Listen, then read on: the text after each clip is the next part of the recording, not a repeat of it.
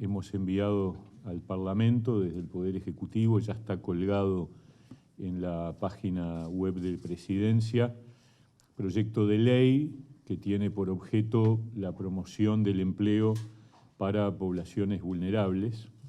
Este es un proyecto de ley que anunciamos hace un mes aproximadamente en oportunidad de la conmemoración del Día de los Trabajadores y que va en la línea de modificar la normativa actualmente vigente, que ya existe en el país, de promoción del empleo. Hay una ley de empleo juvenil, hay una ley dirigida a poblaciones vulnerables del año 2018, en el entendido de buscar focalizar con mayor precisión quiénes pueden ser los beneficiarios de estas iniciativas que suponen de parte del Estado el otorgar beneficios a los empleadores que contraten personas, trabajadores de ciertas categorías, ciertos colectivos sociales que entendemos nosotros que son los más afectados por la situación de empleo.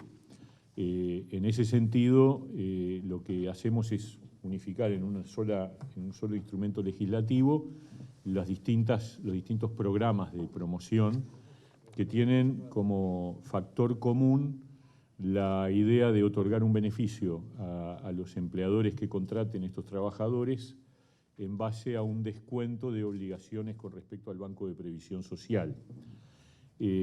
¿Cuáles son las poblaciones que serían beneficiarias en la medida que sean contratadas por los empleadores y por lo tanto el empleador recibir el beneficio? Son los jóvenes, tal cual hoy está presente en la Ley de Empleo Juvenil, las personas mayores de 45 años. Esta es sí una novedad porque si bien hay una normativa vigente que puede incluirlos, no está específicamente orientada en torno al grupo de mayores de 45 años, en el entendido de que son una población que cuando queda sin empleo le resulta muy difícil la reincorporación laboral. Y las personas con discapacidad. Este tercer colectivo también va a formar parte de aquellos que van a ser objeto de la promoción. Y en cualquiera de estos tres colectivos hay una cláusula diferencial en cuanto al beneficio mayor para el caso de trabajadoras mujeres. En general, salvo alguna excepción, el subsidio es por 12 meses. La idea es que sea imputado como crédito con respecto a obligaciones del BPS. Los montos del subsidio siempre están en proporción a la carga horaria contratada. La ley lo que habla es del supuesto de un contrato de tiempo completo y por lo tanto el subsidio va a ir en proporción a ello. Y los beneficiarios no podrán exceder el 20% de la plantilla de trabajadores de la empresa que haga uso de este subsidio por cada categoría. O sea, 20% de jóvenes, no más allá de 20% de mayores de 45 o 20% de personas con discapacidad. Obviamente las empresas que pueden acceder al subsidio no deben ser deudoras del BPS, de la DGI o del Ministerio de Trabajo. No deben haber despedido o enviado al seguro de paro en los 90 días previos ni durante la duración del subsidio a trabajadores de la misma categoría laboral por la que se contrate, y obviamente hay imposibilidades vinculadas a vínculos de parentesco. Las modalidades para el caso de los jóvenes se mantienen las mismas modalidades que actualmente están vigentes en empleo juvenil, con alguna modificación que lo que busca es justamente promover la contratación, porque el objeto de esta modificación es la constatación de que ha sido un instrumento muy poco utilizado. Para que tengan una idea, en 6 años de vigencia de la Ley de Empleo Juvenil han sido beneficiados por la misma 8.000 jóvenes, o sea, un promedio de 1.000 y pico por año. Por lo tanto, nos parece que hay algún problema que tiene que ver desde nuestro diagnóstico con que es un procedimiento engorroso o que el subsidio no sea suficientemente atractivo. Entonces, por ejemplo, y este es un cambio muy importante a nuestro modo de ver, en la modalidad de primera experiencia laboral, esto es para los jóvenes que no hayan tenido una, digamos, inserción laboral formal superior a 3 meses, se otorgará un subsidio por cada joven que se contrate bajo la modalidad de primera experiencia laboral, que tendrá un valor de 6.000 pesos mensuales por trabajador para la empresa contratante. En el caso de que sea una joven mujer, será de 7.500. Pero, a diferencia del sistema actual, luego de los 12 meses, que es lo que dura el subsidio, se mantendrá una exoneración de aportes patronales por ese trabajador mientras se mantenga el empleo hasta que el joven cumpla 25 años. O sea que acá hay un paso muy importante de apuesta a la continuidad. No queremos que el puesto de trabajo dure lo que dura el subsidio. Y por lo tanto lo que hacemos es impulsar a que la continuidad del puesto de trabajo ocurra, y en tal sentido hay una renuncia fiscal a costo del BPS del aporte patronal por ese joven hasta que cumpla los 25 años. Después se mantiene las modalidades de práctica laboral para egresados, también las prácticas formativas, remuneradas y no remuneradas. Y con respecto al trabajo protegido joven, que es la modalidad que más se ha usado en estos años, se establece, en vez de un monto determinado de subsidio, hasta ese monto, porque hay allí un valor extremadamente elevado. Entonces, el monto del subsidio será hasta el 80% de la retribución del joven, con un monto máximo que no podrá superar el 80% de 2 salarios mínimos nacionales. Lo que además los jóvenes elegibles para este subsidio serán aquellos que pertenezcan a hogares por debajo de la línea de pobreza. Actualmente la normativa habla genéricamente de vulnerabilidades, lo cual hace que el otorgamiento del subsidio fuera, digamos, menos establecido en función de un criterio objetivo. Acá lo que vamos a decir es: el trabajo protegido joven va dirigido a aquellos jóvenes que viven en hogares por debajo de la línea de pobreza.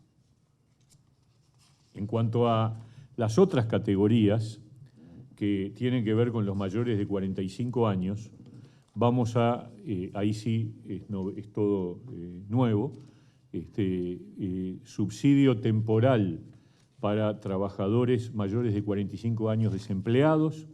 Esto sería que la persona debe ser mayor de 45, que haya estado en situación de desempleo continuo por más de 12 meses o discontinuo de 15 meses en 24.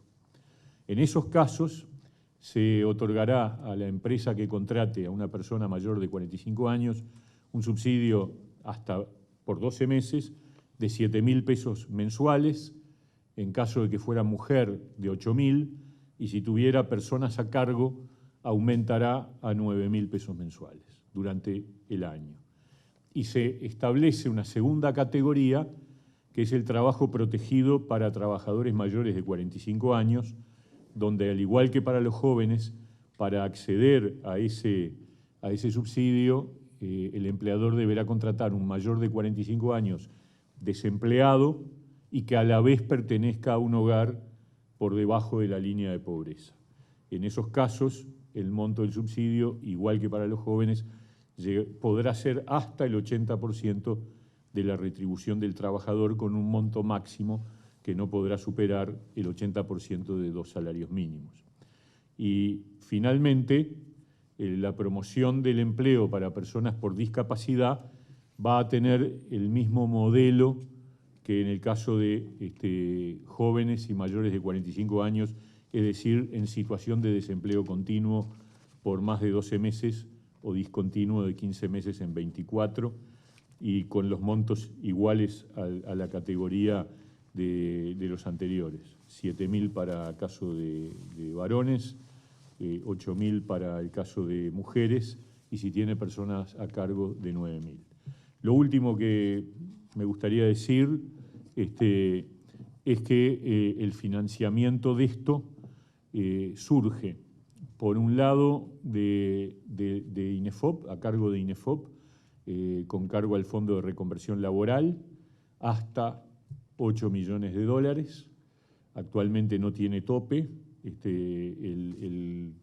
La Ley de Empleo Juvenil carga los subsidios por empleo juvenil a fondo del Fondo de Reconversión Laboral. Ahora topeamos en 8 millones y hay otros 8 millones que provienen de rentas generales. Con respecto a esta modalidad, yo creo que es un impacto moderado, es decir, tengo claro que la verdad que el problema del empleo tiene como motor principal el crecimiento de la economía y el aumento de la inversión. Esto es lo que se llama políticas activas de empleo, que lo que queremos es que sean mejor focalizadas y más usadas de lo que han sido hasta ahora, pero no pretenden ser la solución al tema del desempleo. Para que se hagan una idea, 8.000, digamos, lo que hoy se está contratando en jornales solidarios es aproximadamente un punto de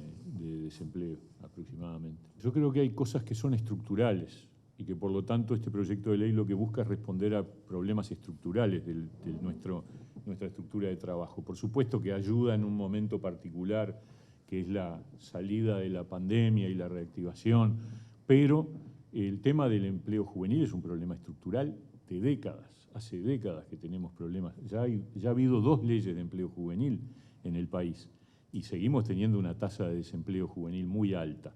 Y la problemática de los mayores de 45 años es más nueva, pero es particularmente aguda. Es decir, cuando una persona mayor de 45 años, por las razones que sean, pierde su trabajo, tiene enormes dificultades para reinsertarse laboralmente.